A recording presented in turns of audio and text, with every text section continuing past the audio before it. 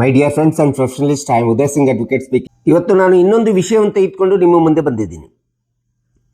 ಇವತ್ತಿನ ದಿನ ನಾನು ಆಯ್ಕೆ ಮಾಡ್ಕೊಂಡಿರ್ತಕ್ಕಂಥ ವಿಷಯ ಅಂತಂದ್ರೆ CPC ಆರ್ಡರ್ 7 ರೂಲ್ 11 ಸಬ್ ಕ್ಲಾಸ್ ಡಿ ಅಡಿಯಲ್ಲಿ ಪ್ಲೇಂಟ್ ಅನ್ನ ರಿಜೆಕ್ಷನ್ ಮಾಡಿರೋದ್ರ ಬಗ್ಗೆ ಸರ್ವೋಚ್ಚ ನ್ಯಾಯಾಲಯ ಒಂದು ಮಹತ್ವಪೂರ್ಣವಾದಂಥ ತೀರ್ಪನ್ನು ಹೇಳಿದೆ.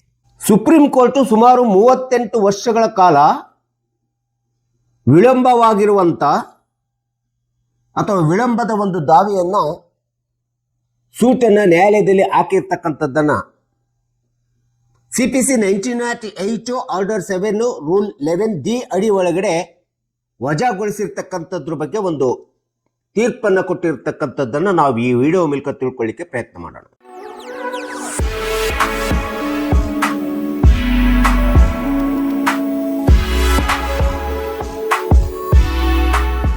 ಈ ಒಂದು ಪ್ರಕರಣ ನಡೆದಿರ್ತಕ್ಕಂಥ ದಿನಾಂಕ ಅಂತಂದ್ರೆ 29/7/2026 ಕೊಟ್ಟಿದೆ. ಈ ಪ್ರಕರಣಕ್ಕೆ ಸಂಬಂಧಿಸಿದಂತ ಒಂದು ದಾವೆಗೆ ಸಂಬಂಧಪಟ್ಟಿರುವಂತ ಪಕ್ಷಕಾರರು ಅಂತಂದ್ರೆ ಶೋಭಾ ವಸಂತ ಭೋಯಿರ್ ಮತ್ತು ಇತರರು. ಅವರ ವಿರುದ್ಧ ಸೋನಿ ವಂದನಾ, ಗುರುಮುಖ್ ದಾಸ್ ಜಾಗಿಯಾಸ್ ಮತ್ತು ಇತರರು. ಈ ಒಂದು ಪ್ರಕರಣದೊಳಗಡೆ ಸರ್ವೋಚ್ಚ ನ್ಯಾಯಾಲಯ ಈ ಒಂದು ವಿಳಂಬದ ನಂತರ ಬಹಳಷ್ಟು ವರ್ಷಗಳ ವಿಳಂಬವಾಗಿ ದಾವೆಯನ್ನು ಹೂಡಿರ್ತಕ್ಕಂಥ ದಾವೆಯನ್ನ ವಜಾಗೊಳಿಸಿರ್ತಕ್ಕಂಥದ್ದು ನಾವು ನೋಡ್ತಾ ಇದೀವಿ. ಆರ್ಡರ್ 7 ರೂಲ್ 11 ಡಿ ಅಡಿ ಒಳಗಡೆ ಇಂಥ ಒಂದು ತೀರ್ಪನ್ನು ಕೊಟ್ಟಿರ್ತಕ್ಕಂಥದ್ದು ಗೌರವಾನ್ವಿತ ನ್ಯಾಯಮೂರ್ತಿಗಳಾಗಿರ್ತಕ್ಕಂಥ ಸಂಜಯ್ ಕರೋಲಾ ಮತ್ತು ಇನ್ನೊಬ್ಬ ನ್ಯಾಯಮೂರ್ತಿ ಅಥವಾ ನ್ಯಾಯಾಧೀಶರಾಗಿರ್ತಕ್ಕಂಥ ಎನ್ ಕೋಟೇಶ್ವರ್ ಸಿಂಗ್ ಅವರಿದ್ದ ವಿಭಾಗೀಯ ಪೀಠ ಈ ಮಹತ್ವಪೂರ್ಣವಾದಂತ ತೀರ್ಪು ಕೊಟ್ಟಿರ್ತಕ್ಕಂಥದ್ದು ನಾವು ಕಾಣ್ತಾ ಇದ್ವಿ. ಈ ರೀತಿ ವಜಾಗೊಂಡಿರ್ತಕ್ಕಂಥ ದಾವೆಯ ಒಂದು ಪ್ರಕರಣ ನಡೆದಿರ್ತಕ್ಕಂಥದ್ದು ಮಹಾರಾಷ್ಟ್ರದ ಉಲ್ಲಾಸ್ ನಗರದಲ್ಲಿರ್ತಕ್ಕಂಥ ಒಂದು ಭೂ ವಿವಾದಕ್ಕೆ ಸಂಬಂಧಿಸಿದಂತ ಒಂದು ಪ್ರಕರಣದಲ್ಲಿ ಇದು ಆಗಿದೆ. ಅಂದ್ರೆ 1984ರಲ್ಲಿ ನೋಂದಣಿ ಆಗದೇ ಇರತಕ್ಕಂಥ ಅನ್ರಿಜಿಸ್ಟರ್ಡ್ ಆಗಿರ್ತಕ್ಕಂಥ ಒಂದು ಒಡಂಬಡಿಕೆ ವಚನ ಖರೀದಿ ಪತ್ರವನ್ನು 1984ರಲ್ಲಿ ಮಾಡಿಕೊಂಡಿರ್ತಾರೆ. ಈ ರೀತಿ 1984ರಲ್ಲಿ ಮಾಡಿಕೊಂಡಿರ್ತಕ್ಕಂಥ ಒಡಂಬಡಿಕೆಯ ಖರೀದಿ ವಚನ ಪತ್ರದ ಆಧಾರದ ಮೇಲೆ ದಾವೇದಾರರು ಅಥವಾ ರೆಸ್ಪಾಂಡೆಂಟ್ಸ್ ಅಂತ ಹೇಳ್ತೀವಿ 38 ವರ್ಷಗಳ ನಂತರ 2022ರಲ್ಲಿ ಒಂದು ದಾವೆಯನ್ನು ಹೂಡ್ತಾರೆ. ಅದು ನಿರ್ದಿಷ್ಟ ಕಾರ್ಯಕ್ಷಮತೆ ಒಪ್ಪಂದದ ದಾವೆ, suit for specific performance of contract ಅಂತ ಹೇಳ್ತೀವಿ. 38 ವರ್ಷಗಳ ನಂತರದಲ್ಲಿ ಈ ಒಂದು ದಾವೆಯನ್ನು ಹಾಕ್ತಾರೆ. ಸೊ ಇಂಥ ಒಂದು ದಾವೆಯನ್ನ ನ್ಯಾಯಾಲಯದೊಳಗಡೆ ವಿಳಂಬದ ನಂತರ ಕಾಲಮಿತಿ ಕಾಯ್ದೆಯನ್ನು ಮೀರಿ ವಿಳಂಬದ ನಂತರ ಹಾಕಿದಂತ ದಾವೆ CPC 1998 ಆರ್ಡರ್ 7 11 ಡಿ ಅಡಿಯಲ್ಲಿ ಅರ್ಜಿ ಸಲ್ಲಿಸಬೇಕಾದ್ರೆ ಕಾಲಮಿತಿ ಕಾಯ್ದೆ 1963ರ ಆರ್ಟಿಕಲ್ 54 ಅನ್ವಯಿಸ್ಕೋಬೇಕಾಗುತ್ತೆ. ಅನ್ವಯ ಆಗತಕ್ಕಂಥದ್ದನ್ನು ನಾವಿಲ್ಲಿ ನೋಡ್ತಿದ್ದೀವಿ. ಸೊ ಈ ರೀತಿ ಹಾಕಿದಂತ ದಾವೆಯನ್ನ ಅಪ್ಪಲೆಂಟ್ಸ್ಗಳು ಎದುರುದಾರರು ದಾವೆಯ ಕಾಲಮಿತಿ ಒಳಪಟ್ಟಿಲ್ಲ, ನಾಟ್ ಬಾರ್ಡ್ ಬೈ ಲಿಮಿಟೇಷನ್ ಅಂತ ಹೇಳ್ಬಿಟ್ಟು ಆರ್ಡರ್ 7 ರೂಲ್ 11 ಡಿ ಅಡಿಯಲ್ಲಿ ಅರ್ಜಿ ಸಲ್ಲಿಸಿರ್ತಾರೆ. ಆ ರೀತಿ ಸಲ್ಲಿಸಿದಂತ ದಾವೆಯ ವಿಚಾರಣೆಯನ್ನ ಮಾಡಿದಂತ ವಿಚಾರಣಾ ನ್ಯಾಯಾಲಯ ಮತ್ತು ಬಾಂಬೆ ಹೈಕೋರ್ಟ್ ಅಂತ ದಾವೆಯನ್ನ ಪುರಸ್ಕರಿಸಿರ್ತಕ್ಕಂಥದ್ದು ನಾವಿಲ್ಲಿ ನೋಡ್ತಾ ಇದ್ದೀವಿ. ಸೊ ಈ ರೀತಿಯಾಗಿರ್ತಕ್ಕಂಥ ಒಂದು ಈ ತೀರ್ಪನ್ನು ಪ್ರಶ್ನಿಸಿ ನಂತರ ಸುಪ್ರೀಂ ಕೋರ್ಟಿಗೆ ಮೇಲ್ಮನವಿ ಹೋಗ್ತದೆ ಪ್ರಕರಣ. ಈ ರೀತಿ ಸುಪ್ರೀಂ ಕೋರ್ಟಿಗೆ ಮೇಲ್ಮನವಿ ಹೋದಂತ ಸಂದರ್ಭದಲ್ಲಿ ಹೈಕೋರ್ಟಿನ ತೀರ್ಪನ್ನು ತಕ್ಷಣದಲ್ಲಿ ರದ್ದುಗೊಳಿಸಿ ಆ ದಾವೆಯ ಪ್ಲೇಂಟ್ ಅನ್ನ ಸುಪ್ರೀಂ ಕೋರ್ಟ್ ವಜಾಗೊಳಿಸಿರ್ತಕ್ಕಂಥದ್ದನ್ನು ನಾವಿಲ್ಲಿ ಕಾಣ್ತಾ ಇದ್ದೀವಿ.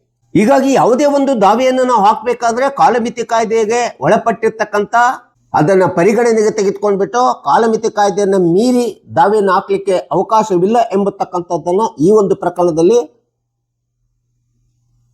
ಸುಪ್ರೀಂ ಕೋರ್ಟಿನ ವಿಭಾಗೀಯ ನ್ಯಾಯಮೂರ್ತಿಗಳು ನ್ಯಾಯಾಲಯ ಈ ಕೆಳಗಿನ ಅಂಶಗಳನ್ನು ಅಭಿಪ್ರಾಯಗಳನ್ನು ವ್ಯಕ್ತಪಡಿಸತಕ್ಕಂಥದ್ದು ನಾವಿಲ್ಲಿ ನೋಡಬಹುದಾಗಿದೆ. ಅಂದ್ರೆ ಯಾವುದೇ ಒಂದು ನಿರ್ದಿಷ್ಟ ಕಾರ್ಯಕ್ಷಮತೆಯ ಒಪ್ಪಂದದ ದಾವೆಯನ್ನ suit for specific performance of contract ದಾವೆಯನ್ನ ಹಾಕ್ಬೇಕಾದ್ರೆ ಕಾಲಮಿತಿ ಕಾಯ್ದೆಯಾಗಿ ಕಾಯ್ದೆಯಲ್ಲಿ ಬರ್ತಕ್ಕಂಥ 1963ರಲ್ಲಿ ಬರ್ತಕ್ಕಂಥ ಆರ್ಟಿಕಲ್ 54ರ ಸೆಕ್ಷನ್ ಅನ್ವಯ ಆಗಬೇಕಾಗುತ್ತೆ. ಆ ರೀತಿ ಅನ್ವಯ ಆಗತಕ್ಕಂಥ ಸೆಕ್ಷನ್ ಪ್ರಕಾರ ಈ ದಾವೆಯನ್ನು ಹಾಕ್ಬೇಕಾದ್ರೆ ಒಪ್ಪಂದ ಹಾಕ್ಬಿಟ್ಟು 3 ವರ್ಷಗಳ ಕಾಲಮಿತಿ ಒಳಗಡೆ ಹಾಕ್ಬೇಕಾಗುತ್ತೆ ದಾವೆ. ಈ ಒಂದು 3 ವರ್ಷ ಕಾಲಮಿತಿ ಒಳಗಡೆ ಹಾಕ್ಲಾರ್ದೆ ದಾವೆದಾರರು ತಮ್ಮದೇ ಆಗಿರ್ತಕ್ಕಂಥ ಹಕ್ಕನ್ನ ಚಲಾಯಿಸ್ಬೇಕಂತ ಹೇಳ್ಬಿಟ್ಟು ಅವರಿಗೆ ಸಿಕ್ಕಿರ್ತಕ್ಕಂಥ ಕಾಲಾವಕಾಶದೊಳಗಡೆ ಹಾಕ್ಬೇಕಾಗುತ್ತೆ, ಹಕ್ಕನ್ನ ಚಲಾಯಿಸ್ಬೇಕಾಗ್ತದೆ. ಇಂಥ ಒಂದು ಒಡಂಬಡಿಕೆ ವಚನ ಖರೀದಿ ಪತ್ರ ಆಗಿ 3 ವರ್ಷಗಳನ್ನ ಮೀರಿ ನಂತರ 38 ವರ್ಷಗಳವರೆಗೆ ಮೌನವಾಗಿದ್ದು ನಂತರದಲ್ಲಿ ದಾವೆ ಹಾಕುತ್ತಕ್ಕಂಥದ್ದು ಯಾವುದೇ ಒಂದು ಕಾನೂನಿನ ಪ್ರಕಾರ ಆ ಹಕ್ಕು ನಿರ್ಮಾಣ ಆಗೋದಿಲ್ಲ, ಅದು ಕಾನೂನಿನ ದೃಷ್ಟಿಯಲ್ಲಿ ಸಮಂಜಸವಲ್ಲ. ಮತ್ತು ದಾವೆ ಹಾಕ್ಲಿಕ್ಕೆ ಕಾಸ್ ಆಫ್ ಆಕ್ಷನ್ ಏನಿದೆ, ಕಾರಣ ಏನು ಎಂಬತಕ್ಕಂಥದ್ದು, ದಾವೆಯ ಕಾರಣ ಏನು ಎಂಬತಕ್ಕಂಥದ್ದನ್ನು ಕೂಡ ಸ್ಪಷ್ಟಪಡಿಸದೇ ಇರತಕ್ಕಂಥದ್ದು ಸಹ ಒಂದು ಅತಿ ಪ್ರಮುಖವಾದಂಥ ಅಂಶ ಆಗಿದೆ ಅಂತೇಳಿ ಸುಪ್ರೀಂ ಕೋರ್ಟ್ ಹೇಳ್ತಾ ಇದೆ. ಯಾವುದೇ ಒಂದು ಸಿವಿಲ್ ದಾವೆ ಇರಲಿ, ಅದು suit for specific performance of contract ಇರ್ಬೋದು, suit for partition separate possession ಇರ್ಬೋದು, declaration and injunction permanent injunction ಇರ್ಬೋದು. ಸೊ ಈ ರೀತಿ ಸಿವಿಲ್ ದಾವೆಗಳಿಗೆ ಸಂಬಂಧಪಟ್ಟಿರ್ತಕ್ಕಂಥ ನ್ಯಾಯಾಲಯದೊಳಗಡೆ ಅರ್ಜಿಯನ್ನ ಅಥವಾ ದಾವೆಯನ್ನು ಹಾಕುವಂತ ಸಂದರ್ಭದೊಳಗಡೆ ದಶಕಗಳ ಕಾಲ ಅಂದ್ರೆ 20 ವರ್ಷ 30 40 50 ವರ್ಷಗಳವರೆಗೆ ದಾವೆಯನ್ನು ಹಾಕುವಂತ ವಾದಿಗಳಿರ್ಬೋದು ಅಥವಾ ಅರ್ಜಿದಾರರು ಮೌನವನ್ನು ವಹಿಸ್ಬಿಟ್ಟು ಜೊತೆಗೆ ಕಾಲಮಿತಿ ಕಾಯ್ದೆಯನ್ನ ನಿರ್ಲಕ್ಷ್ಯಕ್ಕೆ ಒಳಪಡಿಸಿ ಅಥವಾ ನಿರ್ಲಕ್ಷಿಸಿ ಆಮೇಲೆ ತನಗೆ ನೆನಪಾದಂಥ ಸಂದರ್ಭದಲ್ಲಿ ಆಫ್ಟರ್ ಥಾಟ್ ಅಥವಾ ಆರ್ ನಾಲೆಡ್ಜ್ ಅಂತೇಳಿ ಹೇಳ್ತೀವಿ, ತಮಗೆ ನೆನಪಾಗಿದೆ ಅಂತೇಳಿ ಅಂದ್ಕೊಂಡ್ಬಿಟ್ಟು ನಂತರದಲ್ಲಿ ನಮ್ಮ ಇದಕ್ಕೆ ಅರಿವಿಗೆ ಬಂದಿದೆ, ಜ್ಞಾನಕ್ಕೆ ಬಂದಿದೆ ಅಂತ ಹೇಳ್ಬಿಟ್ಟು ಯಾವುದೇ ವಿಧವಾದಂಥ ದಾವೆಯನ್ನು ಹಾಕ್ಲಿಕ್ಕೆ ಕಾನೂನಿನಲ್ಲಿ ಅರ್ಜಿದಾರರಿಗೆ ಯಾವುದೇ ವಿಧವಾದಂಥ ಅವಕಾಶವಿಲ್ಲ. ಆ ರೀತಿ ಹಾಕ್ಲಿಕ್ಕೆ ಅದು ಬರೋದಿಲ್ಲ ಎಂಬತಕ್ಕಂಥದ್ದನ್ನ ಸುಪ್ರೀಂ ಕೋರ್ಟ್ ಈ ಪ್ರಕರಣದಲ್ಲಿ ಸ್ಪಷ್ಟವಾಗಿ ಹೇಳಿರ್ತಕ್ಕಂಥದ್ದು ನಾವಿಲ್ಲಿ ಕಾಣಬಹುದಾಗಿದೆ. CPC 1908 ಆರ್ಡರ್ 711 ಅಡಿ ಒಳಗಡೆ ಯಾವುದೇ ಒಬ್ಬ ಅರ್ಜಿದಾರ ಪ್ಲೇಂಟಿಫ್ ಇಂಥ ಒಂದು ದಾವೆಯನ್ನ ಹಾಕಿದ ಅಂದ ತಕ್ಷಣ ಸರ್ವೋಚ್ಚ ನ್ಯಾಯಾಲಯ ಹೇಳ್ತದೆ, ಆ ಒಂದು ಪ್ಲೇಂಟ್ ಅನ್ನು ನೋಡಿದಾಗ ಪ್ಲೇಂಟಿನ ಫ್ರೇಮ್ ಫೇಸಿಯ ಮೇಲ್ನೋಟಕ್ಕೆ ಓದಿದಾಗ ಆ ಪ್ಲೇಂಟ್ ಅನ್ನ ನೋಡಿ ಆ ಪ್ಲೇಂಟ್ ಅನ್ನು ಕಾನೂನಿನ ವ್ಯಾಪ್ತಿ ಒಳಗಡೆ ಒಳಪಡಿಸಿ ಓದಿದಂತ ಸಂದರ್ಭದಲ್ಲಿ ಅಂತ ಒಂದು ಪ್ಲೇಂಟ್ ಕಾಲಮಿತಿ ಕಾಯ್ದೆಯನ್ನು ಉಲ್ಲಂಘನೆ ಮಾಡಿದೆ, ಕಾಲಮಿತಿ ಕಾಯ್ದೆಯನ್ನು ನಿರ್ಲಕ್ಷಿಸಿದೆ ಅಂತೇಳಿ ನಿಷೇಧಿಸಲ್ಪಟ್ಟಿದೆ ಅಂತೇಳಿ ಬಾರ್ಡ್ ಬೈ ಲಿಮಿಟೇಷನ್ ಅಂತೇಳಿ ಹೇಳ್ತೀವಿ. ಆ ರೀತಿ ಕಂಡು ಬಂದಿದೆ ಅಂದ ತಕ್ಷಣ, ಮೇಲ್ನೋಟಕ್ಕೆ ಕಂಡು ಬಂದಿದೆ ಅಂದ ತಕ್ಷಣ at the time of threshold ಅಂತೇಳಿ ಕರಿತೀವಿ, ಪ್ರಾರಂಭಿಕ ಹಂತದಲ್ಲೇ ಅಂತ ಒಂದು ದಾವೆಯನ್ನ ಅರ್ಜಿಯನ್ನ ವಜಾಗೊಳಿಸಬೇಕಂತೇಳಿ ಸುಪ್ರೀಂ ಕೋರ್ಟ್ ಇಲ್ಲಿ ಸ್ಪಷ್ಟವಾಗಿ ಹೇಳಿರ್ತಕ್ಕಂಥದ್ದು ನಾವು ನೋಡ್ತಾ ಇದ್ದೀವಿ. ಇದರಿಂದ ಏನಾಗುತ್ತೆ ಅಂತಂದ್ರೆ ನ್ಯಾಯಾಲಯದ ಅಮೂಲ್ಯವಾದಂತ ಸಮಯವನ್ನ ಉಳಿತಾಯ ಮಾಡ್ದಂಗಾಗುತ್ತೆ, ನ್ಯಾಯಾಲಯದ ಸಮಯ ಹಾಳಾಗುತ್ತಕ್ಕಂಥದ್ದನ್ನು ತಡೆ ಹಿಡಿಯಲಿಕ್ಕೆ ಅವಕಾಶ ಆಗ್ತದೆ. ಮತ್ತು ಅನಗತ್ಯವಾಗಿ ಪಕ್ಷಕಾರರು ಸುದೀರ್ಘ ಕಾಲದವರೆಗೆ ಕಾನೂನಿನ ಲೀಗಲ್ ಬ್ಯಾಟ್ಲ್ ಅಂತೇಳಿ ಕಾನೂನಿನ ಹೋರಾಟವನ್ನು ಮಾಡ್ತಕ್ಕಂಥದ್ದನ್ನು ಕೂಡ ನಾವು ತಡೆ ಹಿಡಿಯಲಿಕ್ಕೆ ಸಾಧ್ಯ ಆಗುತ್ತೆ ಎಂಬತಕ್ಕಂಥ ಅಭಿಪ್ರಾಯವನ್ನ ಸರ್ವೋಚ್ಚ ನ್ಯಾಯಾಲಯ ಹೇಳಿದೆ. ಇನ್ನೊಂದು ಅಂಶವನ್ನು ಸರ್ವೋಚ್ಚ ನ್ಯಾಯಾಲಯ ಈ ಒಂದು ಪ್ರಕರಣದಲ್ಲಿ ಒತ್ತಿ ಹೇಳಿರ್ತಕ್ಕಂಥದ್ದು ನಾವು ನೋಡ್ತಿದ್ವಿ.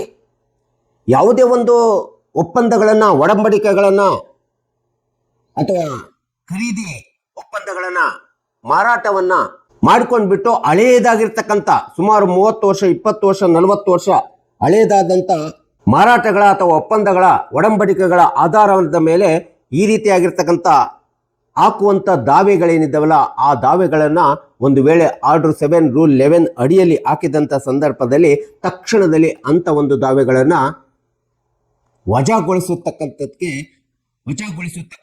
ತುಂಬಾ ಅವಶ್ಯಕತೆ ಇದೆ. ಆ ರೀತಿ ವಜಾಗೊಳಿಸಬೇಕು ಎಂಬತಕ್ಕಂಥ ಒಂದು ಮಾರ್ಗದರ್ಶನವನ್ನ, ಈ ಒಂದು ಅಭಿಪ್ರಾಯವನ್ನ ಈ ಪ್ರಕರಣದಲ್ಲಿ ಸುಪ್ರೀಂ ಕೋರ್ಟ್ ಹೇಳಿರ್ತಕ್ಕಂಥದ್ದು ನಾವಿಲ್ಲಿ ಗಮನ ಹರಿಸಬೇಕಾಗಿದೆ. ಅಂದ್ರೆ ಇದರ ಅರ್ಥ CPC 1908 7 ಆರ್ಡರ್ 7 ರೂಲ್ 11 ಸಬ್ ಕ್ಲಾಸ್ ಡಿ ಅಡಿ ಒಳಗಡೆ ಈ ಒಂದು ಆರ್ಡರು ಮತ್ತು ಸೆಕ್ಷನ್ನಿನ ಸಿಗ್ನಿಫಿಕೆನ್ಸಿ ಮಹತ್ವ ಎಷ್ಟು ಇದೆ ಎಂಬತಕ್ಕಂಥದ್ರ ಬಗ್ಗೆ ಸುಪ್ರೀಂ ಕೋರ್ಟು ಪುನರುಚ್ಚರಿಸಿರ್ತಕ್ಕಂಥದ್ದನ್ನ ಎಲ್ಲ ಟ್ರಯಲ್ ಕೋರ್ಟ್ಸ್ಗಳು ಮತ್ತು ಹೈಕೋರ್ಟ್ಸ್ಗಳು ಗಮನ ಹರಿಸಬೇಕೆಂಬತಕ್ಕಂಥದ್ದು ಇಲ್ಲಿ ತುಂಬ ಪ್ರಮುಖವಾಗಿರ್ತಕ್ಕಂಥ ಅಂಶ ಆಗಿದೆ. ಅಷ್ಟೇ ಅಲ್ಲದೆ 1963ರ ಕಾಲಮಿತಿ ಕಾಯ್ದೆಯನ್ನು ನಿರ್ಲಕ್ಷಿಸಿ ಉಲ್ಲಂಘಿಸಿ 20 ವರ್ಷ 30 ವರ್ಷ 40 ವರ್ಷ 50 ವರ್ಷಗಳವರೆಗೆ ಮೌನವಾಗಿದ್ದು ಸುಮ್ಮನೆ ಇದ್ದುಬಿಟ್ಟು ನಂತರ ನ್ಯಾಯಾಲಯಕ್ಕೆ ಅದು ಸೇಲ್ ಡೀಡ್ ಇರ್ಬೋದು, ಅಗ್ರಿಮೆಂಟ್ ಇರ್ಬೋದು, ಮಾರ್ಟ್ಗೇಜ್ ಮಾಡಿರ್ತಕ್ಕಂಥ ಪ್ರಾಪರ್ಟಿ ಇರ್ಬೋದು, ಇನ್ಯಾವುದೇ ಆಸ್ತಿ ಇರ್ಬೋದು, ನಂತರದಲ್ಲಿ ನ್ಯಾಯಾಲಯಕ್ಕೆ ಬಂದ್ಬಿಟ್ಟು ದಾವೆಯನ್ನು ಹಾಕುತ್ತಕ್ಕಂಥ